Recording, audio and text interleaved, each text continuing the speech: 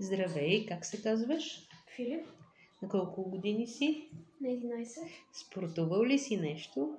И какво?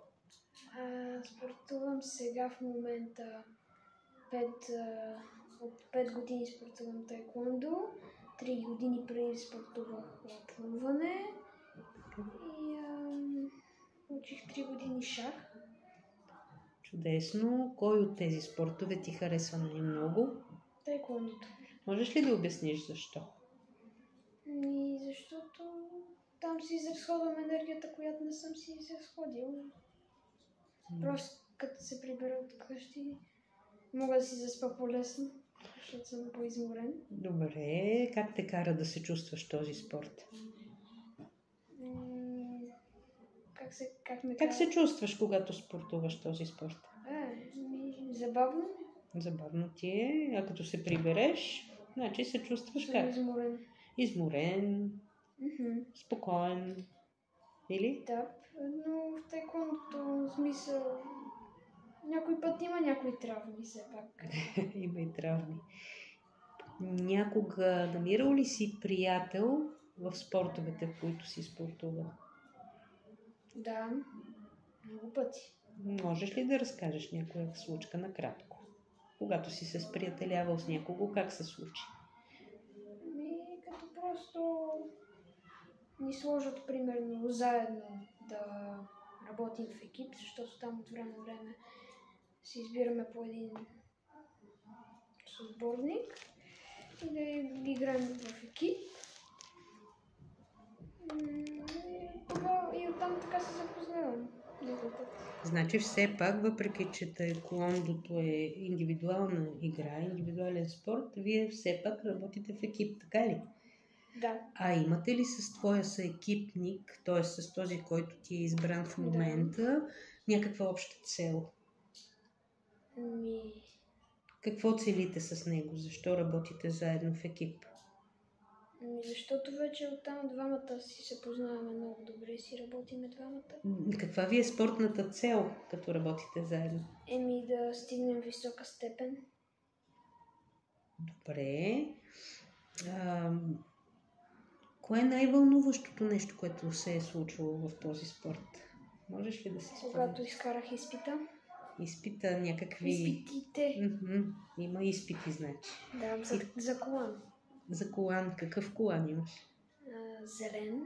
Зелен. А кое е най-високото ниво? Черен. Черен колан. Добре. На година има по 2 изпита.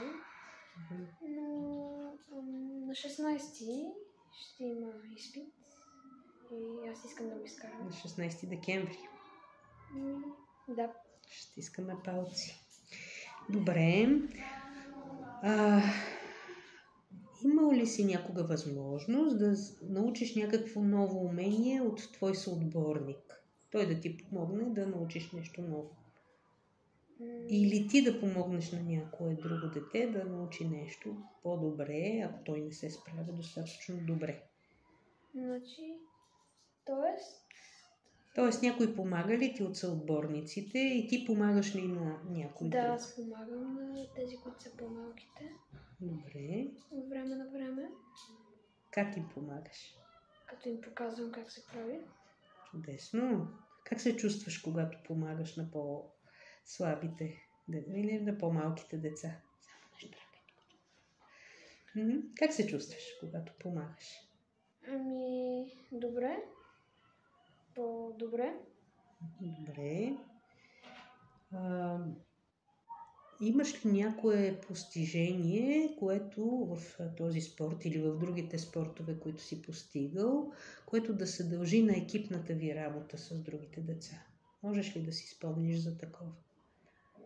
Значи...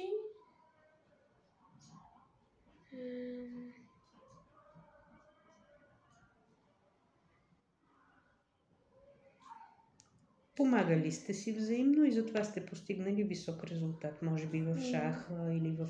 Кой беше другия спорт? Таеквондото и в плуването също. Помагали сме си. В училище играем в волейбол и от време на време заедно постигаме повече неща. И пример, когато аз примерно не удрям топката, не оцелвам целта, моя приятел ме подкрепя и той отбива, за да не е на противника точка и така отбелязваме заедно точка. Чудесно. А когато има някой съотборник, който не се справя толкова добре като вас, вие подкрепите ли го или го гоните от игра? Подкрепяме го и повече му подаваме, за да има и той шанс да Чудесно. може и той да се пробва. И така, най-сетне и той постига желаната цел, като пример да отбележи точка.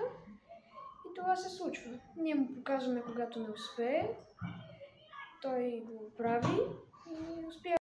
Филип, какво ти дава спорта? Спорта дава сила, издръжливост, стратегия, ум, издръжливост. Така. И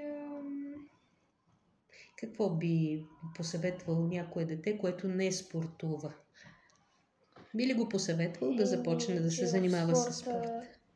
Само се печели и не се губи.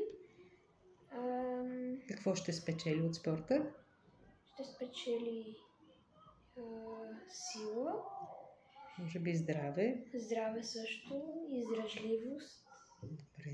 Дали ще намери приятели в спорта? Може да намери приятели в спорта, когато примерно работят заедно двама, които не се познават.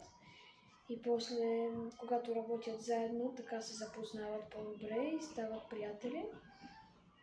Чудесно. Има ли значение, ако децата имат различни способности? Тоест, могат ли в спорта да се обединят така, че да няма значение, че някои имат по-малки способности от другите?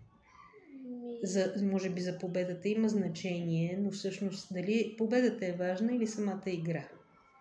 Самата игра, защото когато играят заедно приятели, те могат да се забавляват, могат да се сприятелят по-добре и така могат да се подкрепят взаимно и да оправят проблемите си взаимно и да станат по-добри в спорта. Да, и да се чувстват по-силни, когато са заедно, може би. Благодаря ти за интервюто.